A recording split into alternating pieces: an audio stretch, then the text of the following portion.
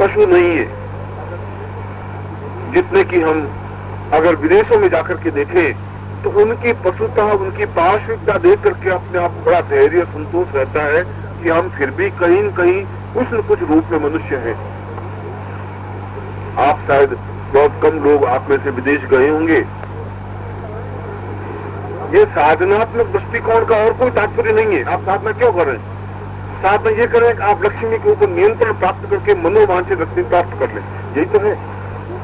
अगर इसको बिल्कुल नग्न रूप में कहा जाए, दो टूक बात कहा जाए, तो ये मूल अर्थ हमारा ये है कि हम जैसे भी हो इन देवताओं पर नियंत्रण प्राप्त करें, कंट्रोल प्राप्त करें। और ये तो जीवन में भी करते हैं। हम किसी को हाथ जोड़ करके व्यापारी से बात करते हैं, किसी के ऊपर आवी होकर बात करते हैं, किसी पे गुर्रा करके बात करते हैं, किसी पे गिड़गिड़ा के बात करते हैं। ये तो वहां भी ये साधना में भी वही है, कहीं गिड़गिड़ा करके मंत्र पढ़ते हैं, कहीं आवी होकर मंत्र पढ़ते हैं। ये उसका रिफाइन वे है। मूल प्रवृत्ति हमारी क्या है, मैं उस बात को स्पष्ट कर रहा हूँ। मूल प्रवृत्ति देवत्व तो नहीं है। ये साधना करने की प्रवृत्ति देवत्व प्रवृत्ति नहीं है। साधना करने की प्रवृत्ति वह पशुत्व प्रवृत्ति है, जो हमारे संस्कारों में, खून में है, जो पिछले 25,000 वर्षों से खून में बह रहा है। क्योंकि हमारे आर्यों ने भी यही किया और उनको करना इसलिए जरूरी हो गया था क्योंकि उनको अपना राज्य जमाना था द्रविड़ों पर। इसलिए उनको उस भूभाग पर, उन लोगों पर अपना नियंत्रण प्राप्त करने के लिए इस वास्तविकता को लेना जरूरी हो गया था। आज के युग में जरूरी नहीं है। इसलिए ये मंत्र रचना उस समय हुई जब हम दूसरी प्रवृत्तियों पर जिन तरीकों से, जिन भावनाओं से, जिन शब्दों से अधिकार कर सके, उनको उन्होंने मंत्र शब्द दे दिया। मंत्र का तात्पर्य मूलतः व्याकरणगत अर्थ है दूसरों पर हावी होने की क्रिया। ये मंत्र का और मंत्र का ध्वनि है मनन करने योग्य, जो मन में रखने योग्य, गोपनीय, बताना नहीं है कि तुम क्या करना चाहते हो, उसको मंत्र है।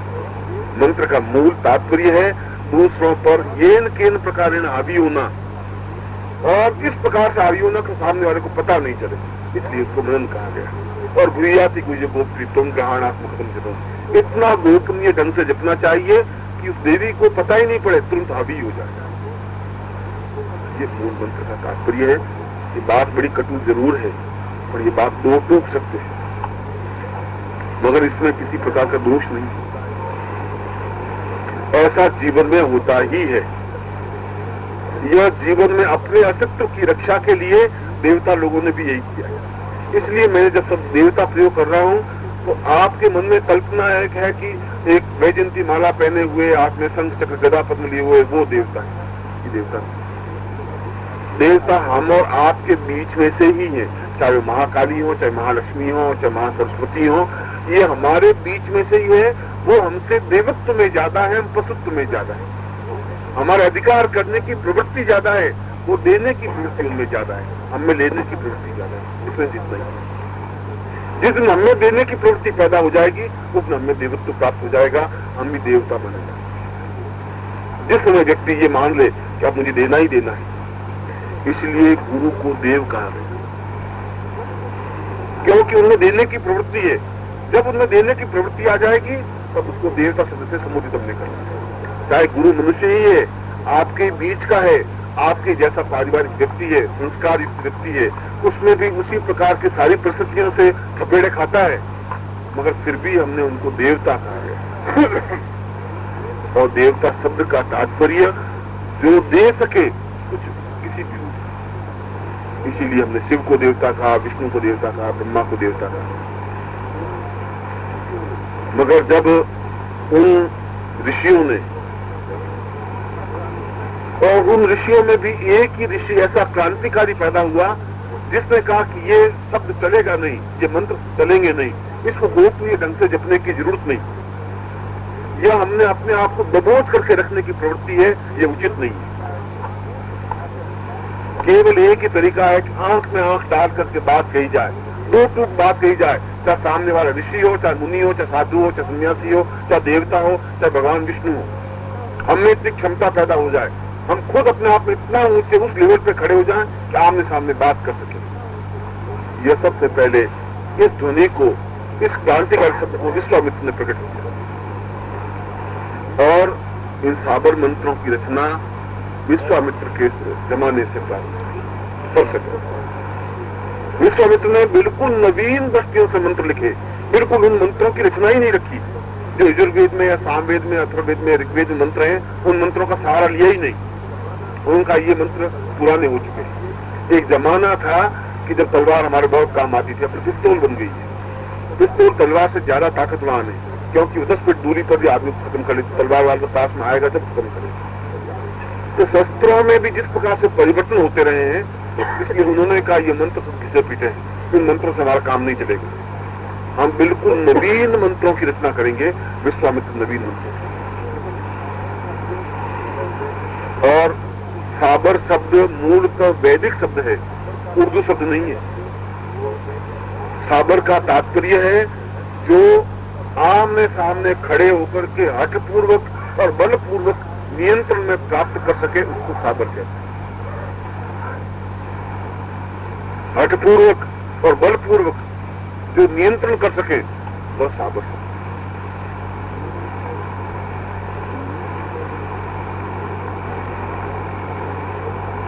और इन साबर शब्दों का अर्थ, जैसा कि मैंने बताया कि उन्होंने, विश्वामित्र ने सबसे पहले एक नवीन खोज की। यदि आपने पुराण पढ़े हो तो उन्होंने त्रिशंकु को जिस समय स्वर्ग में जा रहा था, उन्होंने त्रिशंकु को बीच में ही रोक दिया। न स्वर्ग में जा सका, न वापिस मृत्यु लोक में लौट सका। ये पौराणिक कल्पना है। और उनका तात्पर्य इन साबर मंत्रों की रचना के माध्यम से कि हमारे मनुष्य योनि, मनुष्य जाति के अलावा भी कुछ योनियां कुछ ऐसी हैं जो हमसे ज्यादा वेगवान है, जो हमसे ज्यादा ताकतवान है, जो हमसे ज्यादा क्षमतावान है। और जो जितना ही दुबला पतला होगा, जो जितना ही वायवीय होगा, वह उतना ही ज्यादा ताकतवान है। बहुत मोटा ताजा व्यक्ति ताकतवान नहीं होता। जो फुर्तीला है, जो कम स्पेस को घेरता है ब्रह्मांड की, वह उतना ही ज्यादा ताकतवान हो सकता है। मगर मनुष्य और दूसरी योनियों में, चाहे उनको हम भूत कह दें, चाहे प्रेत कह दें, चाहे राक्षस कह दें, चाहे पिशाच कह दें, चाहे देवत्व कह दें, क्योंकि देवता में और भूत में कोई विशेष अंतर नहीं। देवता को हम देख नहीं पा रहे हैं, भूतों को हम देख नहीं पा रहे हैं। मूलभूत अंतर इतना ही है कि देवत्व देने की क्रिया है और ये अन्य योनियां लेने की क्रियाओं में संलग्न है। वो मैं आपको आगे विचार विवेचन करूंगा, मगर मैं यहाँ समझाना जरूरी था महाकाली साधना के आगे के 6 पॉइंटों को समझाने के लिए। मनुष्य मूल रूप से पंचभूतात्मक है, अग्नि, जल, वायु, आकाश और पृथ्वी। ये पांचों तत्व व्यक्ति में न्यूनाधिक मात्रा में है, किसी में कुछ कम है, किसी में कुछ ज्यादा है। वे पशुओं में भी है, पक्षियों में भी है। और भूमि तत्व हमारे शरीर में है, इसलिए हम भूमि से चिपके हुए चल रहे हैं। अगर भूमि तत्व नहीं हो तो हम जमीन से कई हजार फीट ऊपर उठ सकते हैं। गुरुत्वाकर्षण शक्ति नहीं हो, यदि जिसमें गुरुत्वाकर्षण शक्ति हमारी खत्म हो जाए, हम आकाश में उठ सकते हैं, उड़ सकते हैं। और ऐसे भी मंत्र हैं जिसमें हम भूमि तत्व का लोप कर सकते हैं। भूतों में और मनुष्य में अंतर इतना ही है कि उनमें भूमि तत्व का लोप है और मनुष्य में भूमि तत्व का लोप नहीं है, क्योंकि उनका सारा पिंड या तो हम जमीन में गाड़ देते हैं या अग्नि में जला देते हैं, उनका सारा भूमि तत्व खत्म कर देते हैं। यह भूमि तत्व को विसर्जित करने की क्रिया मूल रूप से वायवीय क्रिया है, जिसके माध्यम से, क्योंकि वायु एक क्षण में पृथ्वी के 3 पूरे चक्कर लगा देती।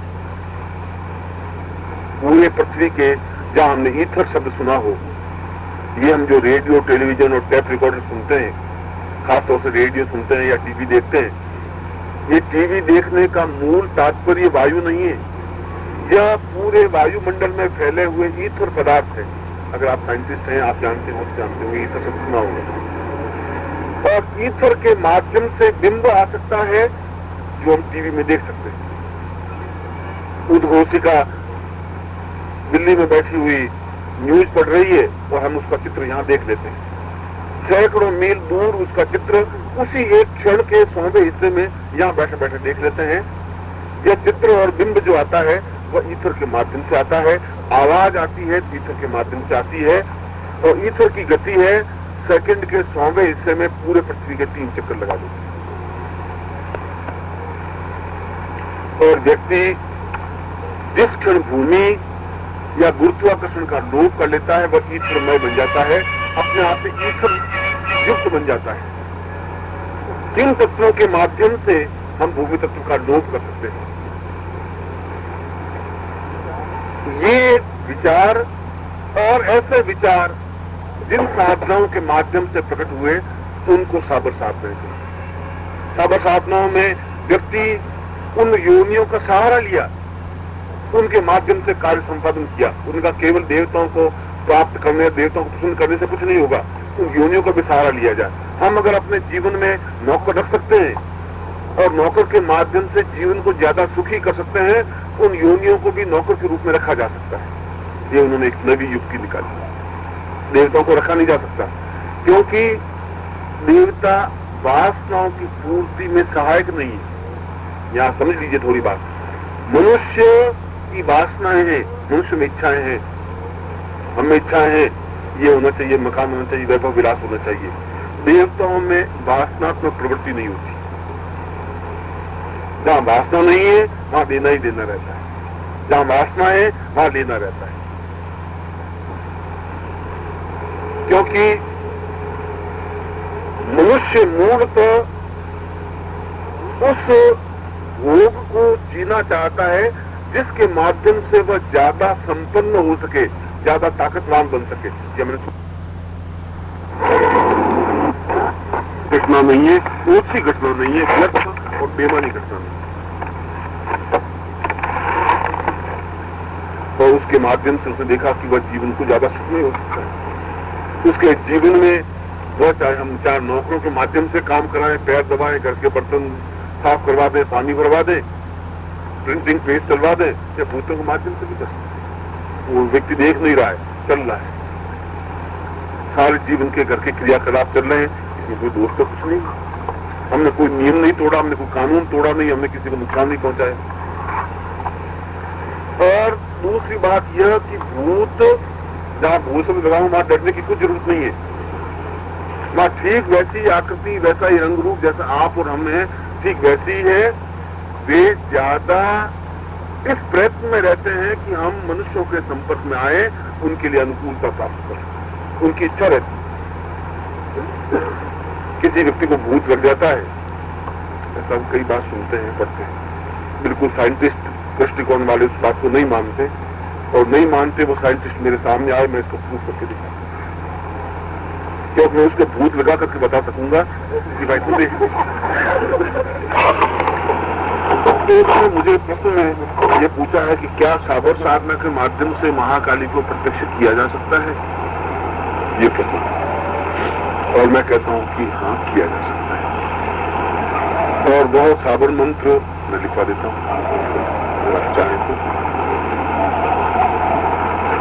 मगर साबर मंत्रों में, वेद मंत्रों में डिफरेंस है। इसमें तो ध्वनि और ग और म के अटक है, उसमें कुछ है ही नहीं अटक। बहुत सीधी ऐसे साबर मंत्र तो ऐसे होते हैं जिनका पता ही नहीं चलता कि ये मंत्र है। वो तो सीधे मसान आई, खेलती आई, दौड़ती आई, उड़ती आई, पहाड़ पे चढ़ती आई, नीचे उतरती, ऐसे मंत्र। आपने कभी साबर मंत्र पढ़े हो तो बिल्कुल हिंदी भाषा में, और पूरा मंत्र पढ़ने के बाद विश्वास होता ही नहीं कि मंत्र ऐसे कुछ सिद्धि मिल सकती है। अगर आप भूत सिद्ध करना चाहते हैं, आपको भूत मंत्र दिखा देते हैं। पहले महाकाली, मालूम था कि आप ऐसा ही कहेंगे, क्योंकि ये घर में नौकर 200-200 रुपए, 250 रुपए लेने वाले, ऐड की मिट जाए, सारा एक ही सिद्धि हो जाए। महाकाली का साबर मंत्र है ओम नमो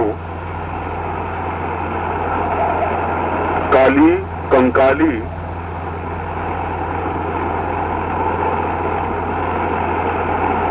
ओम नमो काली कंकाली महाकाली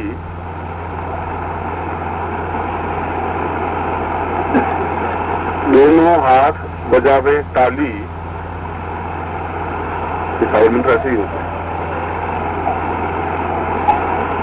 दोनों हाथ बजावे ताली, वैताल चरे, वैताल चरे, भूत प्रेत पिशाच अनुचरे,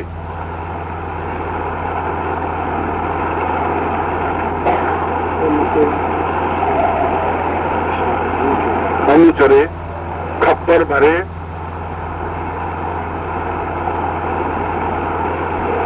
कारज सिद्ध करे,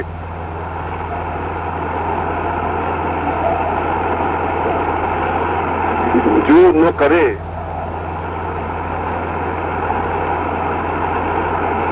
तो महादेव की दुहाई,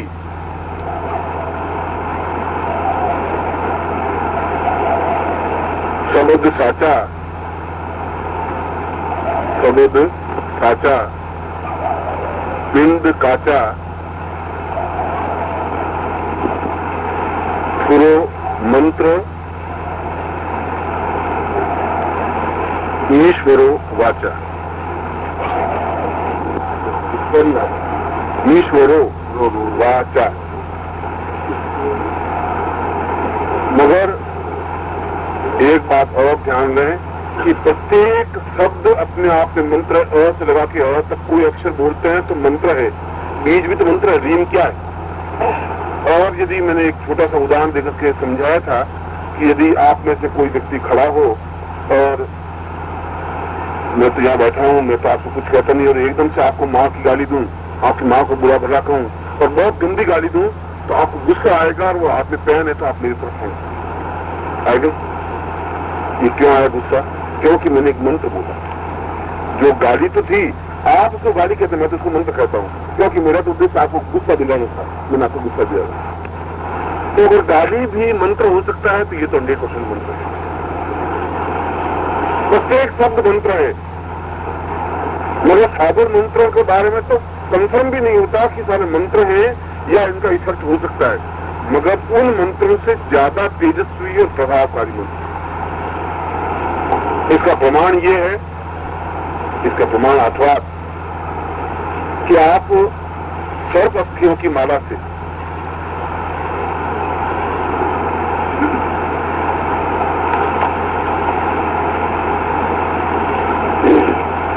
इस मंत्र का जप कर लें, केवल 5 मालाएं, रात्रि को सोते समय।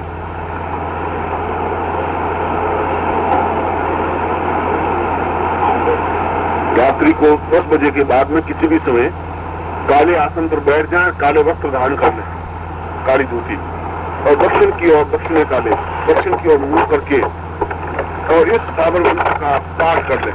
5 मालाएं 500 बार, कोई दीपक की जरूरत नहीं, और आप अपने सामने काली का बिंब प्रत्यक्ष 5 मालाओं के बाद देख सकते हैं। इतना तेजस्वी मंत्र, बिल्कुल सामने साक्षात विग्रह नहीं आएगा, जैसे महाकाली खुद खड़ी हो जाए ऐसा नहीं आ सकता। वो बिंब पूर्णतः सामने साकार आ जाएगा, जैसे बोल रही है आप सुन रहे हैं, ठीक ऐसा विग्रह आ जाएगा। अगर देख लो तो कारण पड़ता है मजबूरी। काले वस्त्र मतलब काली धोती। ये काले वस्त्र इसलिए कि वह विरक्ति का मंत्र है।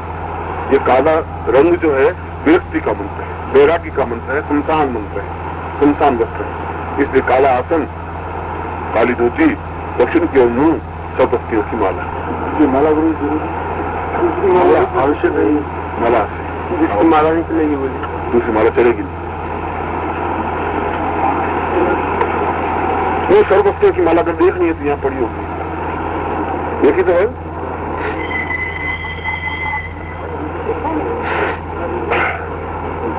मगर इसको ये मैं ऐसा तेजस्वी ये मंत्र इसलिए बता रहा हूं कि यदि आप किसी कंफर्म कभी करना चाहें, महाकाली जैसी सिद्धि को जब 1.25 लाख मंत्र जब करने पर बिंब विधान स्पष्ट होता है, तो साधु साधना के माध्यम से केवल 500 बार में बिंब विधान स्पष्ट हो जाता है। ओम परम तत्वाय नारायणाय गुरुभ्यो नमः।